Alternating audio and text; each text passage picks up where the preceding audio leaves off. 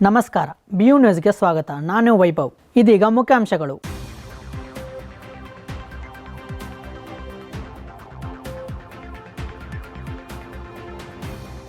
ರಸಾಯನಶಾಸ್ತ್ರ ವಿಭಾಗದಲ್ಲಿ ಒಂದು ದಿನದ ರಾಷ್ಟ್ರೀಯ ಸಮ್ಮೇಳನ.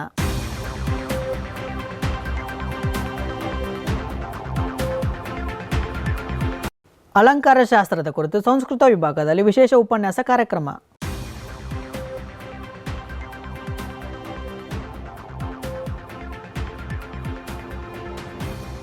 ಪ್ರಾಣಿ ಸಂಕುಲದಿಂದ 70% ವೈರಸ್ಗಳು ಮನುಷ್ಯರೊಳಗೆ ಪರೋಕ್ಷವಾಗಿ ಪ್ರವೇಶಿಸುತ್ತವೆ. Doctor Atmaram TN.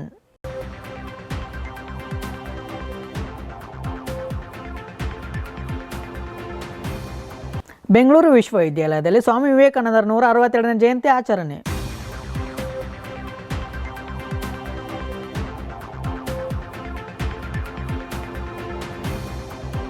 ಬೆಂಗಳೂರು ವಿಶ್ವವಿದ್ಯಾಲಯದ ಶಿಕ್ಷಣ ವಿಭಾಗದ ಹೊಸ ವಿದ್ಯಾರ್ಥಿಗಳಿಗೆ ಸ್ವಾಗತ ಸಮಾರಂಭ.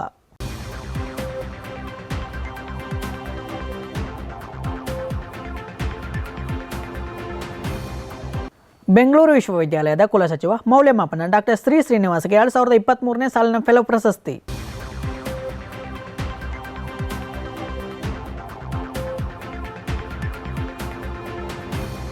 ನೇ ಅಂತಾರಾಷ್ಟ್ರೀಯ ನಾಟಕೋತ್ಸವದಲ್ಲಿ ವಿಶ್ವವಿದ್ಯಾಲಯದ ಪ್ರದರ್ಶನ ಕಲಾ ವಿಭಾಗದ ವಿದ್ಯಾರ್ಥಿಗಳು ಭಾಗಿ.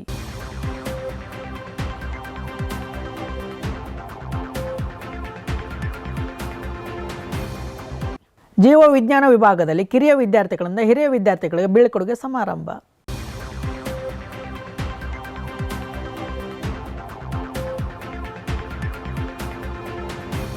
ಇದೀಗ ವಾರ್ತೆಗಳ ವಿವರ.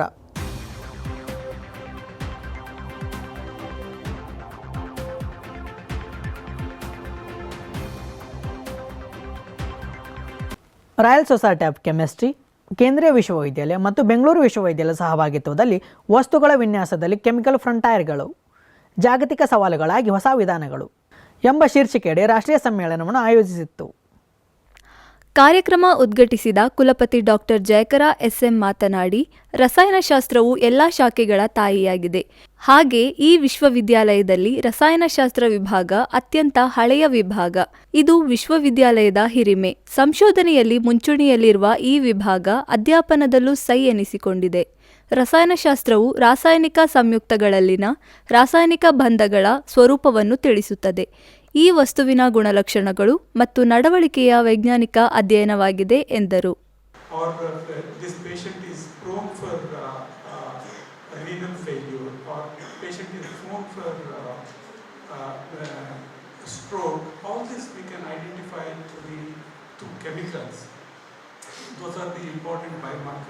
ಮೈಸೂರು ವಿಶ್ವವಿದ್ಯಾಲಯದ ಮಾಜಿ ಕುಲಪತಿ ಪ್ರೊಫೆಸರ್ KS ರಂಗಪ್ಪ ವಸ್ತುಗಳ ವಿನ್ಯಾಸದಲ್ಲಿ ರಾಸಾಯನಿಕ ಗಡಿಗಳು, ಜಾಗತಿಕ ಸವಾಲುಗಳಿಗಾಗಿ ಹೊಸ ವಿಧಾನಗಳು ಎಂಬ ವಿಷಯದ ಕುರಿತು ದಿಕ್ಸೂಚಿ ಭಾಷಣ ಮಾಡಿದರು.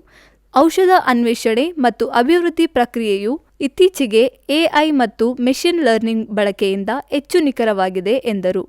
ಕಾರ್ಯಕ್ರಮದಲ್ಲಿ ಕುಲಪತಿ ಡಾಕ್ಟರ್ ಜಯಕರ SM, ಕುಲಸಚಿವ ಶೇಖ್ ಲತೀಫ್, ಮೈಸೂರು ವಿಶ್ವವಿದ್ಯಾಲಯ ಮಾಜಿ ಕುಲಪತಿ ಪ್ರೊಫೆಸರ್ KS ರಂಗಪ್ಪ, ರಸಾಯನಶಾಸ್ತ್ರ ವಿಭಾಗದ ನಿವೃತ್ತ ಪ್ರಾಧ್ಯಾಪಕ ಪ್ರೊಫೆಸರ್ ನಂಜೇಗೌಡ, ವಿಭಾಗದ ಮುಖ್ಯಸ್ಥರಾದ ಪ್ರೊಫೆಸರ್ ಶಿವರಾಜ್ ವೈ, ವಿಭಾಗದ ಪ್ರಾಧ್ಯಾಪಕರಾದ doctor G Krishnamurthy, doctor G Shankar, Biswajit Pal, doctor Ganga Periyaswamy, doctor Soubhagya, ಅತಿಥಿ ಉಪನ್ಯಾಸಕರು ಹಾಗೂ ಸಂಶೋಧನಾ ವಿದ್ಯಾರ್ಥಿಗಳು ಸೇರಿದಂತೆ ವಿದ್ಯಾರ್ಥಿಗಳು ಭಾಗವಹಿಸಿದ್ದರು.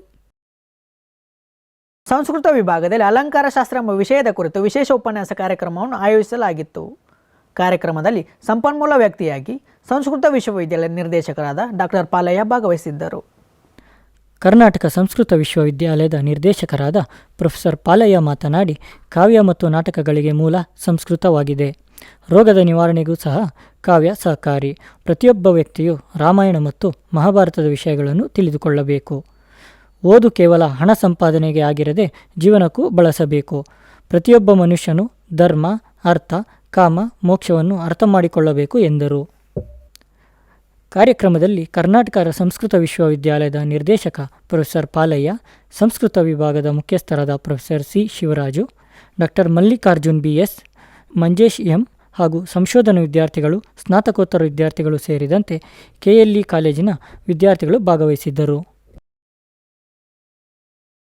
ಆಹಾರ ಮತ್ತು ಸೂಕ್ಷ್ಮ ಜೀವ ವಿಜ್ಞಾನ ವಿಭಾಗದಲ್ಲಿ ಹೊಸ ವೈರಸ್ಗಳು ಮತ್ತು ಲಸಿಕೆಗಳ ಪರಿಚಯ ಎಂಬ ವಿಷಯದ ಕುರಿತು ಒಂದು ದಿನದ ವಿಶೇಷ ಉಪನ್ಯಾಸ ಕಾರ್ಯಕ್ರಮವನ್ನು ಹಮ್ಮಿಕೊಳ್ಳಲಾಗಿತ್ತು. ಅಮೆರಿಕದ ಎಲಾಂಕೋ ಅನಿಮಲ್ ಹೆಲ್ತ್ ಸಂಸ್ಥೆ ನಿರ್ದೇಶಕ ಡಾಕ್ಟರ್ ಆತ್ಮಾರಾಮ್ TN ಮಾತನಾಡಿ, ರೋಗ ತಡೆಗಟ್ಟುವಿಕೆಗೆ ಲಸಿಕೆಗಳು ಬಹಳ ನಿರ್ಣಾಯಕವಾಗಿವೆ. ಕಳೆದ ದಶಕಗಳಲ್ಲಿ ಹಲವಾರು ವೈರಸ್ಗಳು ಇದ್ದಕ್ಕಿದ್ದಂತೆ ಹೊರಹೊಮ್ಮಿವೆ. ಇದರಿಂದ ಜಾಗತಿಕವಾಗಿ ಸಾರ್ವಜನಿಕ ಆರೋಗ್ಯ ಮತ್ತು ಪ್ರಾಣಿಗಳಿಗೆ ನಿರಂತರ ಬೆದರಿಕೆಯನ್ನು ಉಂಟುಮಾಡಿವೆ. ಪ್ರಾಣಿಗಳಿಂದ ಹರಡುವ ರೋಗಗಳ ಕುರಿತು ಹಾಗೂ ವೈರಸ್ಗಳ ಆನುವಂಶಿಕ ವಿಕಸನದ ಕುರಿತು ಮಾಹಿತಿ ಹಂಚಿಕೊಂಡರು. ಕಾರ್ಯಕ್ರಮದಲ್ಲಿ ಡಾಕ್ಟರ್ ಆತ್ಮಾರಾಮ್ TN, ವಿಭಾಗದ ನಿವೃತ್ತ ಪ್ರಾಧ್ಯಾಪಕರಾದ ಡಾಕ್ಟರ್ ಗೀತಾ ಬಾಲಿ, ವಿಭಾಗದ ಮುಖ್ಯಸ್ಥ doctor ST Girish, doctor Mohan, doctor Ravikiran, doctor Sripriya, doctor Srinath, ಸಂಶೋಧನಾ ವಿದ್ಯಾರ್ಥಿಗಳು ಸೇರಿದಂತೆ ವಿದ್ಯಾರ್ಥಿಗಳು ಭಾಗವಹಿಸಿದ್ದರು. ಬೆಂಗಳೂರು ವಿಶ್ವವಿದ್ಯಾಲಯದ ಯೋಗ ವಿಭಾಗದ ಸಹಭಾಗಿತ್ವದಲ್ಲಿ ಸ್ವಾಮಿ ವಿವೇಕಾನಂದರ ಜಯಂತಿಯನ್ನು ಡಾಕ್ಟರ್ MS ತಿಮ್ಮಪ್ಪ ಸಭಾಂಗಣದಲ್ಲಿ ಅರ್ಥಪೂರ್ಣವಾಗಿ ಆಚರಿಸಲಾಯಿತು. ಬೆಂಗಳೂರು ವಿಶ್ವವಿದ್ಯಾಲಯದ ಕುಲಪತಿ ಡಾಕ್ಟರ್ ಜಯಕರ್ SM ಮಾತನಾಡಿ, ಸ್ವಾಮಿ ವಿವೇಕಾನಂದರ ಚಿಂತನೆಗಳು ಯುವಕರಿಗೆ ಮಾದರಿಯಾಗಬೇಕು. ಯುವಕರು ಅವರ ಬಗ್ಗೆ ಹೆಚ್ಚಾಗಿ ತಿಳಿದುಕೊಂಡು ದೇಶಕ್ಕೆ ಮಾದರಿಯಾಗಬೇಕು ಎಂದರು. ನಮ್ಮ ಸ್ವಾಮಿ ವಿವೇಕಾನಂದ ಅವರು ಮೈಸೂರು ಮಹಾರಾಜರ ಹತ್ರ ಮತ್ತೆ ಜಮಶೆಟ್ಜಿ ಟಾಟಾ ಅವರ ಹತ್ರ ಮಾತಾಡಿ ಈ ಸಂಸ್ಥೆಯನ್ನ ಸ್ಥಾಪನೆ ಮಾಡಲಿಕ್ಕೆ ಒಂದು ಬುನಾದಿ ಹಾಕಿತ್ತು. ಅದೇ ಥರ ದೇಶದಲ್ಲಿ ಬಹಳಷ್ಟಿದೆ. ರಾಮಕೃಷ್ಣ ಮಠ ಆಗಿರ್ಬೋದು, ಅವರು ಎಷ್ಟೆಲ್ಲ ಹೋಗಿದ್ರು ಅಲ್ಲೆಲ್ಲ ಅವ್ರದ್ದು ಒಂದು ಬ್ರಾಂಚ್ಗಳಿದೆ. ಬೇರೆ ಬೇರೆ ದೇಶದಲ್ಲೂ ಇದೆ, ನಮ್ಮ ದೇಶದಲ್ಲೂ ಇದೆ. ಹಾಗಾಗಿ ಅವರ ಒಂದು ಬಗ್ಗೆ ತಿಳ್ಕೊಳ್ಳುವಂಥದ್ದು ಇಂಥದ್ದು ನಮ್ಮ ವಿದ್ಯಾರ್ಥಿಗಳು ಯುವ ಪೀಳಿಗೆಯಲ್ಲಿ ಇದೆಲ್ಲ ನಡೀತಾ ಇರಬೇಕು. ಕಾರ್ಯಕ್ರಮದಲ್ಲಿ ವಿದ್ಯಾರ್ಥಿಗಳು ಯೋಗ ಪ್ರದರ್ಶನ ಮಾಡಿದರು.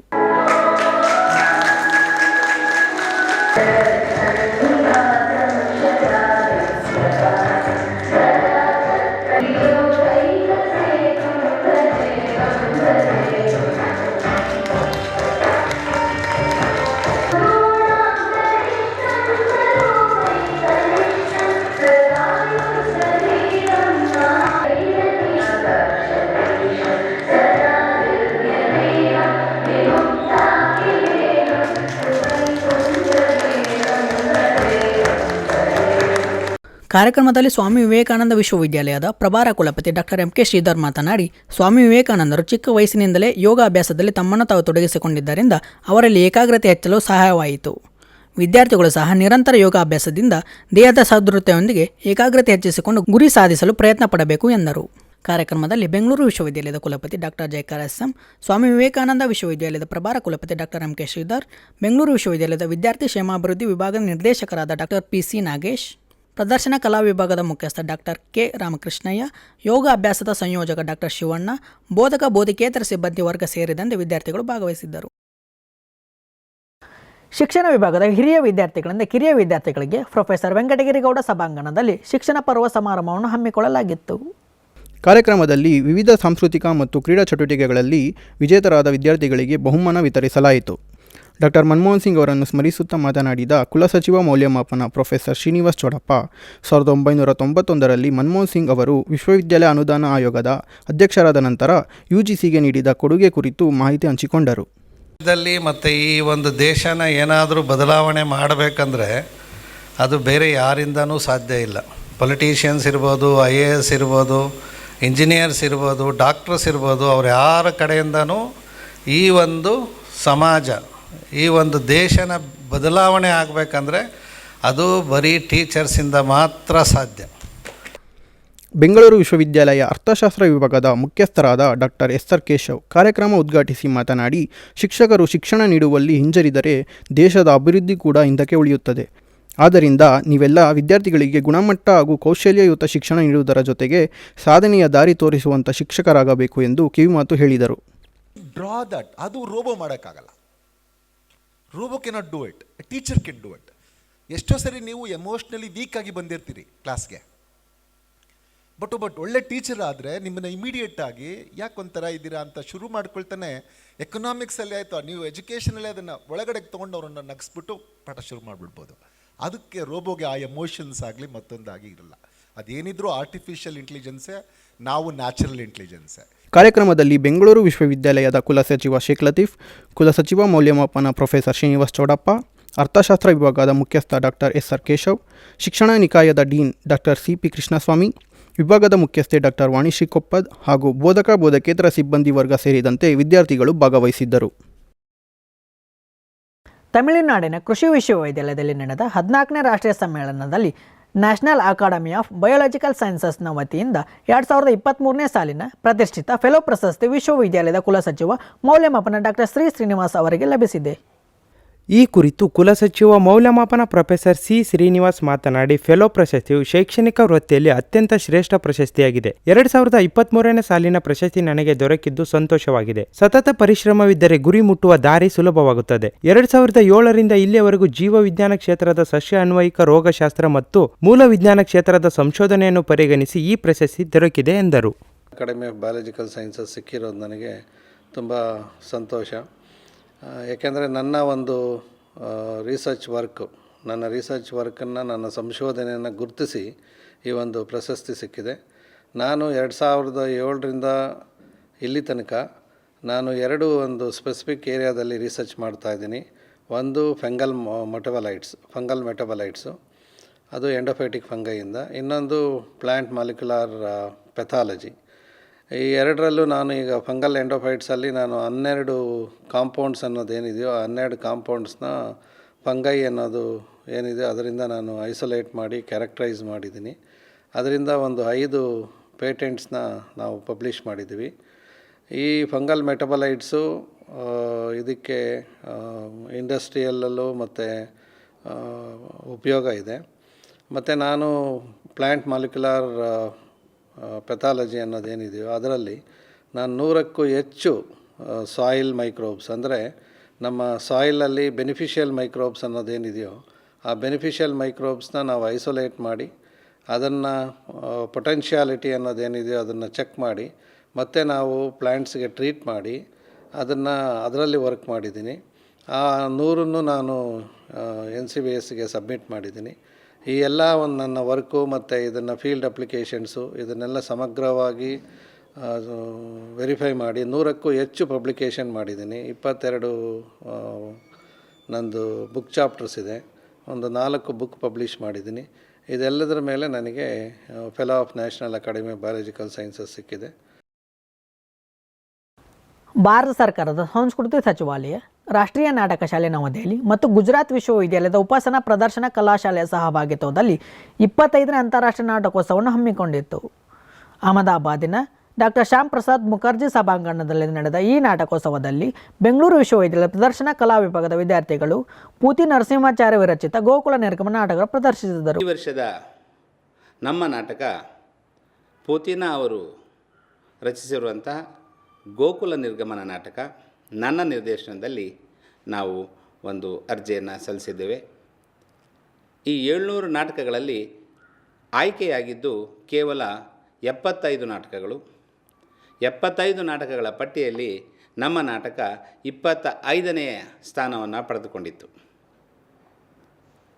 ಈ ನಾಟಕ ಪ್ರದರ್ಶನಕ್ಕೆ ಅವಕಾಶ ಮಾಡಿಕೊಟ್ಟಂಥ ಸಂಸ್ಥೆ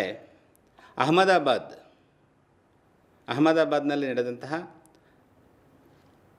ಭಾರತ ರಂಗ ಉತ್ಸವದಲ್ಲಿ 13ನೇ ತಾರೀಕು, ಇದೇ ತಿಂಗಳ 13ನೇ ತಾರೀಕು ಪ್ರದರ್ಶನವನ್ನು ನಾವು ನೀಡಿ ಬಂದಿದ್ದೇವೆ. ಈ ಪ್ರದರ್ಶನಕ್ಕೆ ವಿಭಾಗದಿಂದ 28 ಜನ, ನನ್ನನ್ನು ಒಳಗೊಂಡಂತೆ ನಟ ನಟಿಯರು, ರಂಗತಂತ್ರಜ್ಞರು ಮತ್ತು ನಾನು ಸೇರಿದ 28 ಜನ ನಾವು ಅಲ್ಲಿಗೆ ಹೋಗಿ ನಾಟಕವನ್ನು ಯಶಸ್ವಿಯಾಗಿ ಪ್ರದರ್ಶನ ನೀಡಿ ಬಂದಿದ್ದೇವೆ. ಜೀವ ವಿಜ್ಞಾನ ವಿಭಾಗದಲ್ಲಿ ಕಿರಿಯ ವಿದ್ಯಾರ್ಥಿಗಳಿಂದ ಹಿರಿಯ ವಿದ್ಯಾರ್ಥಿಗಳಿಗೆ ಡಾಕ್ಟರ್ MS ತಿಮ್ಮಪ್ಪ ಸಭಾಂಗಣದಲ್ಲಿ ಬೀಳ್ಕೊಡುಗೆ ಸಮಾರಂಭ ಹಮ್ಮಿಕೊಳ್ಳಲಾಗಿತ್ತು. ಜೀವವಿಜ್ಞಾನ ವಿಭಾಗದ ಮುಖ್ಯಸ್ಥ ಡಾಕ್ಟರ್ ಶಿವಶಂಕರ್ ಮಾತನಾಡಿ, ವಿದ್ಯಾರ್ಥಿಗಳು ಯಶಸ್ಸು ಕಾಣಲು ಉತ್ತಮ ಮಾನವೀಯ ಮೌಲ್ಯಗಳನ್ನು ಬೆಳೆಸಿಕೊಳ್ಳಬೇಕು. ವಿದ್ಯಾರ್ಥಿಗಳು ಕನಸನ್ನು ಕಾಣುವುದಲ್ಲದೆ ಅದನ್ನು ಯಶಸ್ವಿಗೊಳಿಸಲು ಸತತ ಪರಿಶ್ರಮ ಪಡಬೇಕು ಎಂದು ವಿದ್ಯಾರ್ಥಿಗಳಿಗೆ ಸಲಹೆ ನೀಡಿದರು. ಕಾರ್ಯಕ್ರಮದಲ್ಲಿ ವಿಭಾಗದ ಉಪನ್ಯಾಸಕರು ಸೇರಿದಂತೆ ವಿದ್ಯಾರ್ಥಿಗಳು ಭಾಗವಹಿಸಿದ್ದರು. ಮತ್ತೊಮ್ಮೆ ಮುಖ್ಯಾಂಶಗಳು.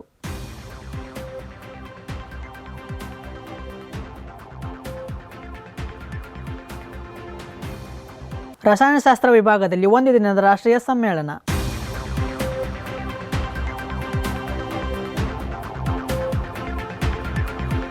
ಅಲಂಕಾರ ಶಾಸ್ತ್ರದ ಕುರಿತು ಸಂಸ್ಕೃತ ವಿಭಾಗದಲ್ಲಿ ವಿಶೇಷ ಉಪನ್ಯಾಸ ಕಾರ್ಯಕ್ರಮ.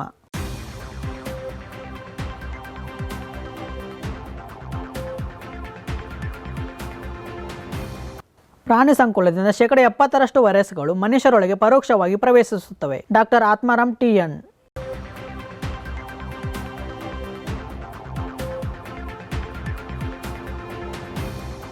ಬೆಂಗಳೂರು ವಿಶ್ವವಿದ್ಯಾಲಯದಲ್ಲಿ ಸ್ವಾಮಿ ವಿವೇಕಾನಂದರ 162ನೇ ಜಯಂತಿ ಆಚರಣೆ.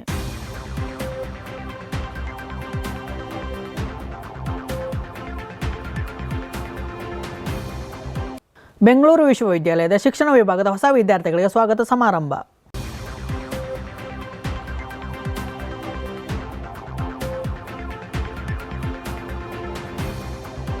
ಬೆಂಗಳೂರು ವಿಶ್ವವಿದ್ಯಾಲಯದ ಕುಲಸಚಿವ ಮೌಲ್ಯಮಾಪನ ಡಾಕ್ಟರ್ ಶ್ರೀನಿವಾಸ್ಗೆ 2023ನೇ ಸಾಲಿನ ಫೆಲೋ ಪ್ರಶಸ್ತಿ.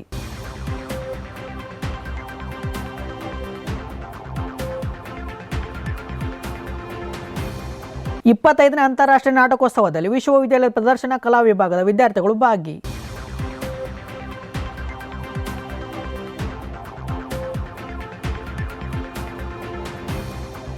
ಜೀವ ವಿಜ್ಞಾನ ವಿಭಾಗದಲ್ಲಿ ಕಿರಿಯ ವಿದ್ಯಾರ್ಥಿಗಳಿಂದ ಹಿರಿಯ ವಿದ್ಯಾರ್ಥಿಗಳಿಗೆ ಬೀಳ್ಕೊಡುಗೆ ಸಮಾರಂಭ.